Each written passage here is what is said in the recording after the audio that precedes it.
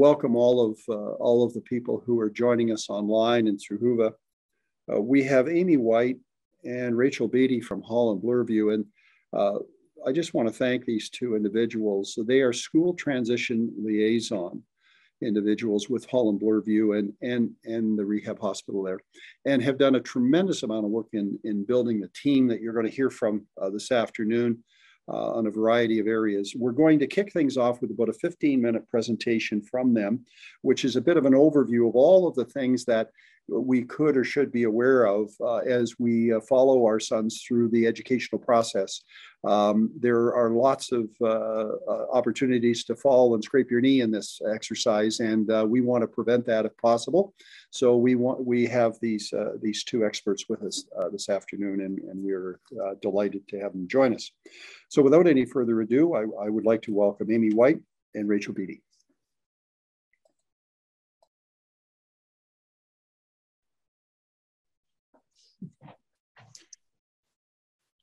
Hello, everyone. Amy and I are very happy to be here today to share our experience and our expertise with transitions around school entry and school into high school, elementary into high school. Amy is going to share her screen to show a little presentation that we've put together for you. I'll just give a little background into our experience. So we are working at Bloorview School Authority, which is housed within Bloorview's Holland Bloorview Hospital. We are Toronto District School Board teachers. So our experience comes from both working in the hospital and working within the TDSB. And our information is a little Toronto District School Board and Holland Bloorview centric, but all of the things that we share will have something similar in whatever school board you are working with. So that is us. And Amy, just go to our next slide. Thank you. So I'm going to talk a little bit about procedures. And whatever school board you're working with will have a procedure in place to identify the level of development of your child, the learning abilities of your child, and the strengths and needs of your child. This is commonplace across every school board in Canada, and something that you should expect when you enter the school system. So advocacy is a huge part of what we do at Bloorview and as educators. And there are several ways that you can advocate for your child. The first and most important thing that you can do is you can contact your child's teacher, or the teacher can contact you. At the second level, which Amy will talk about a little bit later, there are special education consultants and there are guidance counselors at the secondary level. Beyond that, there is always your administrator that you can contact or can contact you. So there are varying levels of school supports, but it is really important that we understand and that you understand how to advocate. And that advocacy can happen right at the classroom level.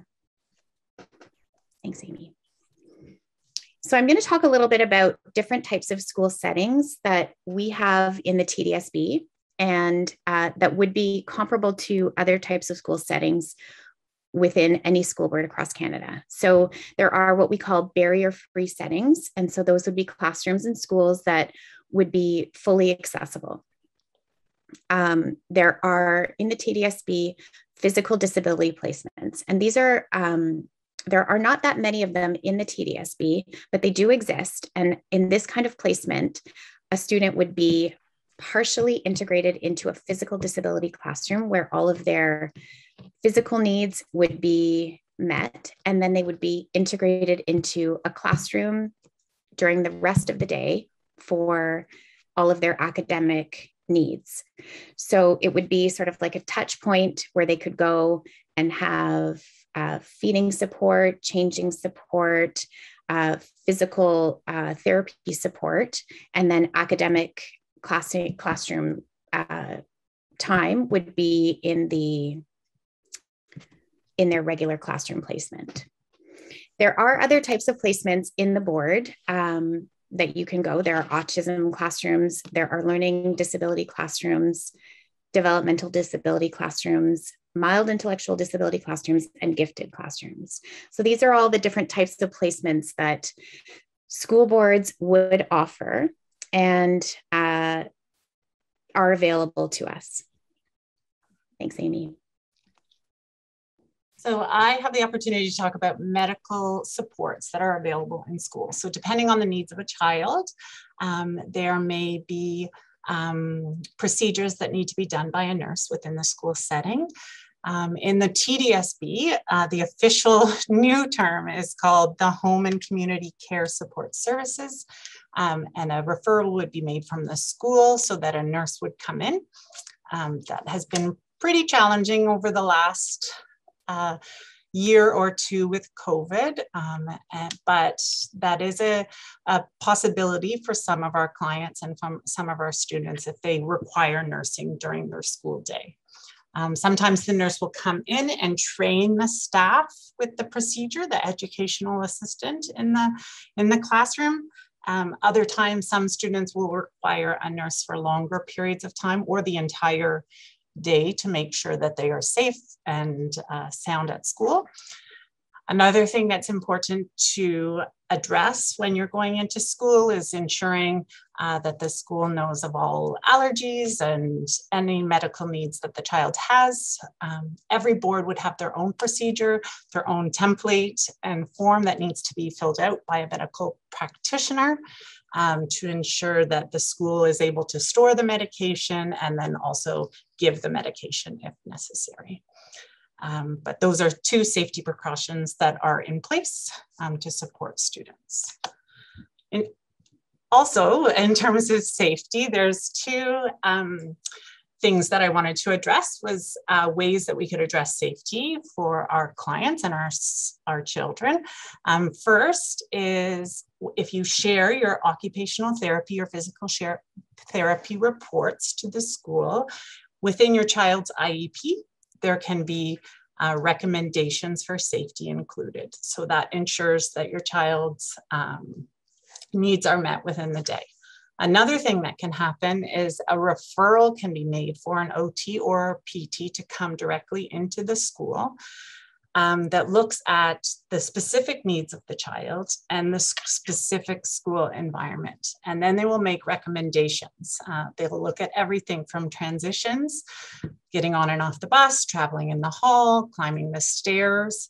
They'll look at recess, what is the best option for recess, gym, how to modify or accommodate within gym so that the child can be as active as possible and included as possible.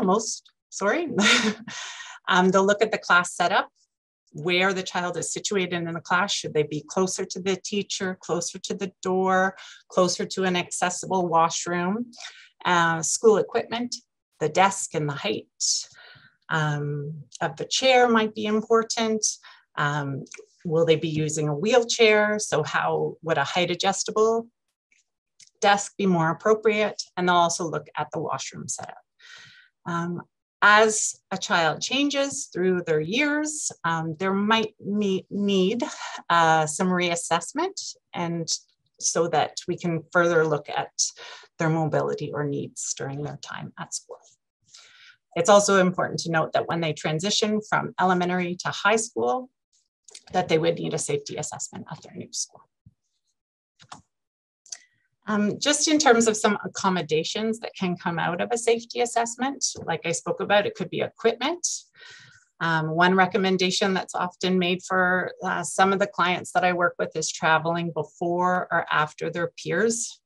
During the busy transition time in a high school, it might not be the best time for someone that's challenged with their mobility needs. Having an extra set of textbooks at home so they don't have to carry them back and forth in a backpack, proximal seating, extra time, a locker that's placed close to their most important classes or their busiest chunks of the day, accessible busing, height adjustable desks, and assistive technology.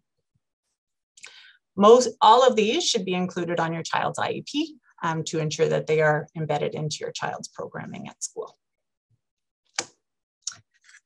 So every board is different, and every board has tons of different acronyms to explain the different roles of education staff. We just wanted to address this because there's no guarantee that your child will receive one-on-one. Specifically in some of the larger boards, they've moved away from that phrase. When you say it to educators, they get a little scared. Especially those that are in the supervisory roles, because there's no guarantee of a one-on-one placement all day. In some of those larger boards, there's sort of more of a shared model, or those students that have more needs might have more support. But just some of the language that you might want to know is an EA is an educational assistant. A SNA is a special needs assistant. So they're typically an educational assistant that has had further training to support children with special needs. A CYW is a child and youth worker, but there are terms with every single board, and it would be best to speak to your school principal or your school's special ed consultant to learn about how it's organized specifically within your school board. Does anyone have any questions?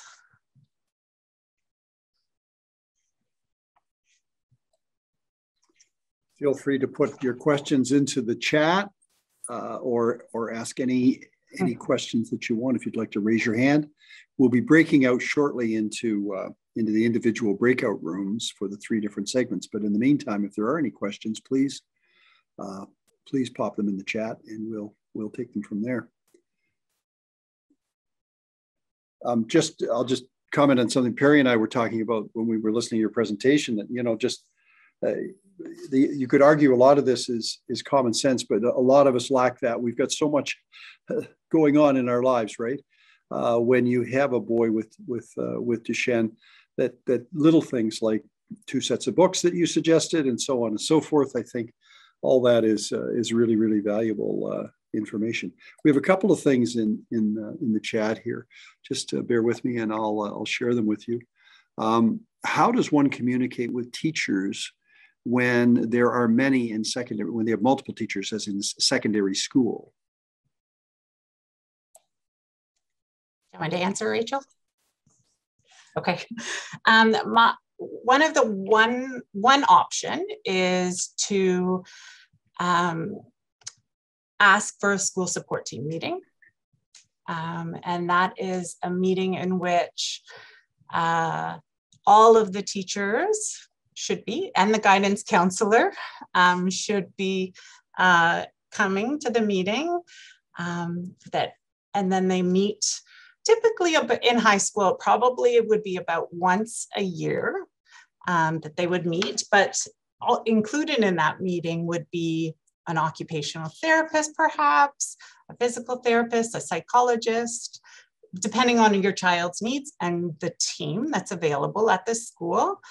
I would also reach out in a secondary school to the guidance counselor, because you can ask them to help speak to all the teachers that work with your child.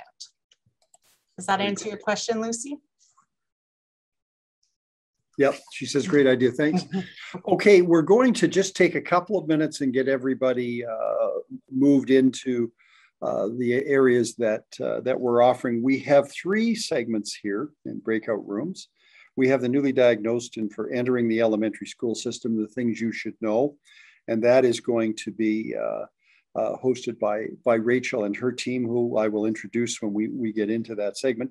We have a second breakout room, and you'll be able to choose whichever one you prefer for parents and caregivers. That will be hosted by Amy. And we also have a third breakout room for parents, caregivers, and young adult and young men. So that's an area where Nadia Niles Campbell will be hosting that session, and others. So that's going to happen simultaneously. So we'll just take 2 minutes and let everybody choose where they're headed next, and we'll see you in one of the breakout rooms shortly. Thank you.